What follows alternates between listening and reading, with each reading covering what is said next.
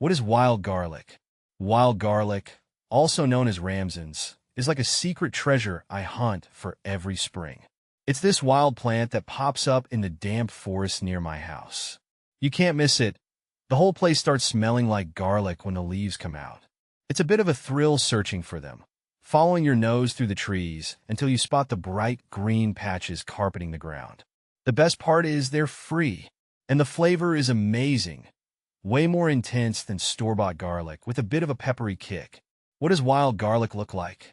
Wild garlic, also known as ramsons, is like a secret treasure I hunt for every spring. It's this wild plant that pops up in the damp forest near my house. You can't miss it. The whole place starts smelling like garlic when the leaves come out. It's a bit of a thrill searching for them, following your nose through the trees until you spot the bright green patches carpeting the ground. The best part is they're free, and the flavor is amazing. Way more intense than store-bought garlic with a bit of a peppery kick. Here's what to look for. Leaves. Long, pointed, and oval-shaped with smooth edges. They grow in clusters straight from the base of the plant and have a strong garlic scent. Imagine long, thin blades of grass with a vibrant green color. That's the wild garlic leaves emerging in spring. Flowers. Small, white flowers with 6 petals on a thin stalk. These appear later in spring, and while not as common as the leaves, they can help with identification if you find them. They look a bit like little white stars clustered together on a stalk. Can you eat wild garlic? Absolutely. That's the whole point of the wild garlic hunt. It's a delicious and versatile ingredient. I love using the younger leaves raw in salads or sandwiches. They add this amazing garlicky punch that's so much more exciting than regular lettuce. You can also cook them down for pestos, soups, or stews. Just be warned, they can be quite strong, so start with a little and add more to taste. Why is wild garlic illegal? Actually, picking wild garlic itself isn't illegal where I live. It's more about protecting the plant population.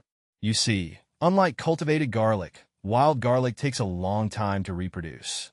If everyone went out and yanked up the whole plant, it could seriously harm the wild patches. That's why it's a big no-no to dig up the roots.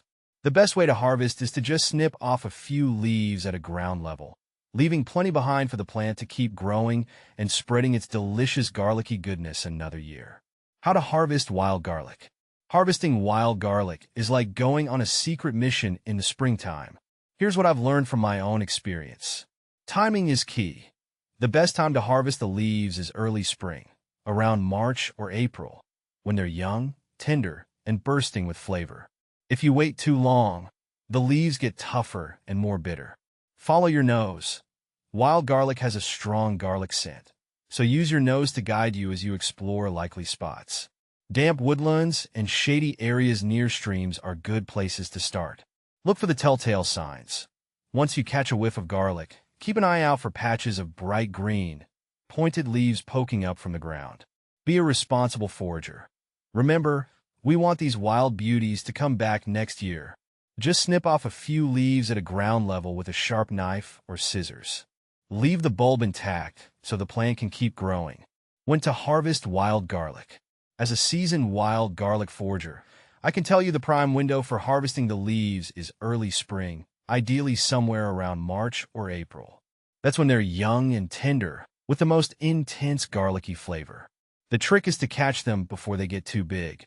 Imagine those supermarket garlic cloves you see. You want the wild garlic leaves to be similar. Nice and bright green, not too wide or long, and with that unmistakable fresh, almost grassy scent that mingles with the strong garlic punch. If you wait too long, they'll start to get tougher and develop a bit of a bitter taste. So, keep your eyes peeled and nose twitching in early spring for the best wild garlic bounty. Is wild garlic poisonous? Wild garlic itself is perfectly delicious and safe to eat, but there's the catch. It has some nasty lookalikes that are definitely poisonous. That's why it's crucial to be 100% certain what you're picking before you even think about popping a leaf in your mouth. Lily of the Valley, for example, can be easily mistaken for wild garlic, and it's seriously toxic. So, the key is proper identification.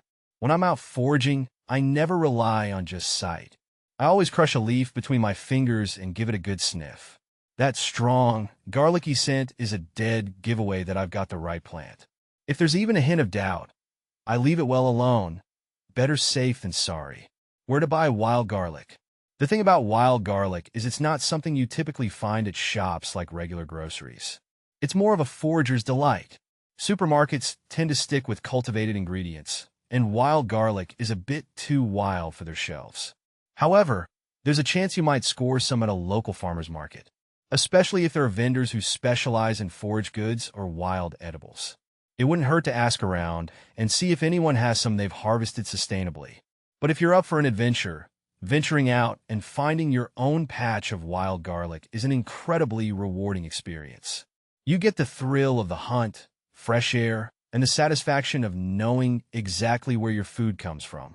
Is wild garlic invasive? It depends where you are. In my experience, wild garlic can definitely be a bit of a two-sided coin. In its natural woodland habitat, it seems pretty happy growing amongst the trees.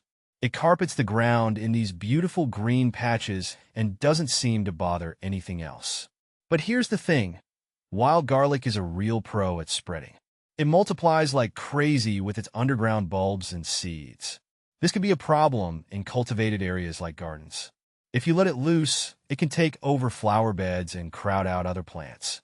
So, in those situations, yeah, it can definitely be invasive. That's why some gardeners actually spend time trying to control it. The key takeaway is to know your location. If you're out foraging in the wild, it shouldn't be a problem. But be mindful if you decide to plant some in your own garden. It might turn into more than you bargained for. How to store wild garlic. Storing wild garlic. It's a balancing act between convenience and freshness. Here's what I've learned through trial and error. For short-term use, think a few days the fridge is your best friend. Wrap the leaves loosely in a damp cloth or paper towel. Dampness helps prevent them from drying out. Alternatively, pop them upright in a glass filled with a little water, just like you would fresh flowers. This method is great if you want to add a touch of garlicky elegance to your kitchen counter. Freshness won't last forever, though. If you have a bigger haul and want to enjoy wild garlic's punch for longer, consider these options. Freezing. Wash and chop the leaves.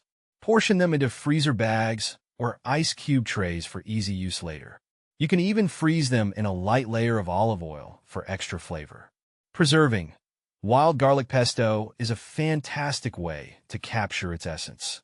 Blend the leaves with nuts, cheese, and olive oil for a potent spread that freezes beautifully. Wild garlic oil is another option. Simply blitz the leaves with oil and freeze in ice cube trays. Remember, the key is to act fast. The sooner you store your wild garlic, the more of its amazing flavor you'll be able to enjoy later on.